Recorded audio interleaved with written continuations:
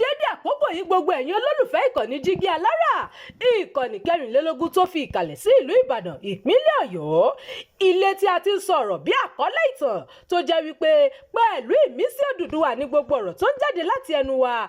Ẹ̀yin olùgbọ́ wa, a dúpẹ́ fún bí ẹ ṣe ń bá wa lọ ní gbogbo ìgbà. Ojú tẹ́ fi ń wò wá kò ní fọ́, bẹ́ẹ̀ sì ni etí tẹ́ fi ń gbọ́ wa kò ní di tẹ́ náwó sí láéláé.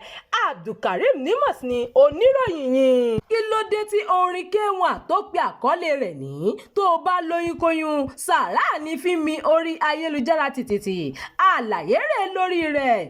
Orin kan tí àgbà ọ̀jọ̀ olórin fújì ní King Wasiu Ayinde Marshal one the ultimate ṣẹ̀ṣẹ̀ gbé jáde, èyí tó pe àkọlé rẹ̀ ní tó bá lóyún kóyún sàárà ni ti di nǹkan tí ọ̀pọ̀ èèyàn sọ nípa rẹ̀ báyìí o lórí ìtàkùn ayélujára. Àmọ́ kí ló ṣẹlẹ̀ gan-an tí orin náà fi di nǹkan tí ọ̀pọ̀ èèyàn sọ̀rọ̀ lé lórí? Ohun tí ọ̀pọ̀ èèyàn sọ ni pé obìnrin kan tó ti sọ̀rọ̀ ṣáájú lórí ayélujára wípé K1 lòun bí ọmọdébìnrin kan fún ní ìlú mọ̀ọ́ká akọrin náà fi orin yìí bá wí o. Obìnrin yìí sọ nínú fọ́nrán tó ti lu orí ayélujára pa báyìí wípé ọdún 7 lòun àti Wasiu Ayinde fi fẹ́ra wọn. Ó ní lásìkò tí iná ìfẹ́ àwọn ń jò yìí ní òun lóyún tí òun sì bí ọmọbìnrin kan torúkọ rẹ̀ ń jẹ́ Azizat fún K1. Gẹ́gẹ́ bí obìnrin náà ṣe ṣàlàyé, ó ní gbajúgbajà akọrin náà sọ fún òun wípé kí òun ṣẹ́ oyún ọmọ náà torí òun kò ṣetán láti gbé oyún rẹ̀. Nígbà tí mo sọ fún pé mo lóyún, K1 ní òun ò ṣetán láti gbé oyún wípé kí n lọ ṣẹ́ oyún ọ̀hún o. Ó ní òun yóò fi owó rán ọ̀kan lára àwọn ọmọlẹ́yìn òun sí mi láti lọ ṣe oyún náà. Obìnrin náà ló sọ bẹ́ẹ̀. Nígbà tí wọ́n ń béèrè lọ́wọ́ rẹ̀ pé ṣé òótọ́ ni pé K1 ló lóyún òun fún un, ó sọ pé bẹ́ẹ̀ ni. Obìnrin náà fi kún ọ̀rọ̀ rẹ̀ pé lẹ́nu iṣẹ́ òun tí òun ti ń ṣe irun tí òun sì tún ṣe èékánná lóge lòun ti pàdé Alhaji Wasiu Ayinde.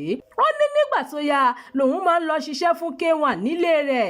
Arábìnrin náà sọ pé òun gbé ọ̀rọ̀ yìí lọ sọ́dọ̀ kábíyèsí àgbàkin tí wọ́n ti wàjà báyìí nígbà tí ọmọ tóun bí fún K1 pé ọmọ ọdún kan. Ó ní kábíyèsí náà pé àgbà ọ̀jọ̀ olórin fújì náà lórí fóònù nígbà náà lórí ọ̀rọ̀ ọ̀hún. Bákan náà ni ó tún sọ pé òun tún lọ bá màmá K1 lórí ọ̀rọ̀ ọmọ òun Azizat. Màmá sì ṣe bí abiyamọ nígbà tí wọ́n rí ọmọ náà.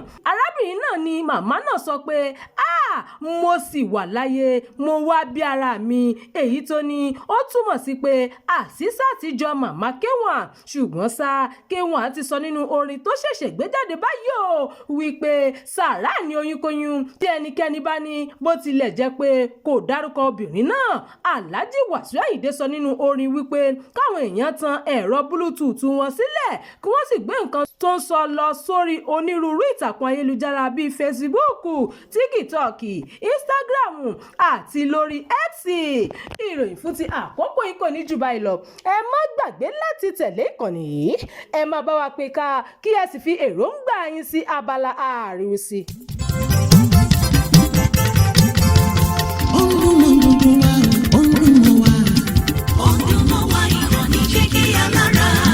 Jígí Alára ìkànnì inú mọ́ gbogbo ẹsẹ̀. Ọdúnmọ́ wa ìkànnì Jígí Alára. Ètò tó fún ni lóye, ètò tó wà ní lọ́yẹ̀ wà ń bẹ̀. Ọdúnmọ́ wa ìkànnì Jígí Alára. Ìròyìn lóríṣiríṣi tàbí mọ́ bó ṣe ń lọ láwùjọ. Ọdúnmọ́ wa ìkànnì Jígí Alára. Ìkànnì Jígí Alára. Jígí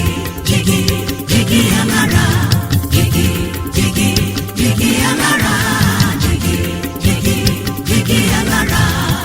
Ìkànnì Jígí Alára 24 bàbá gbogbo.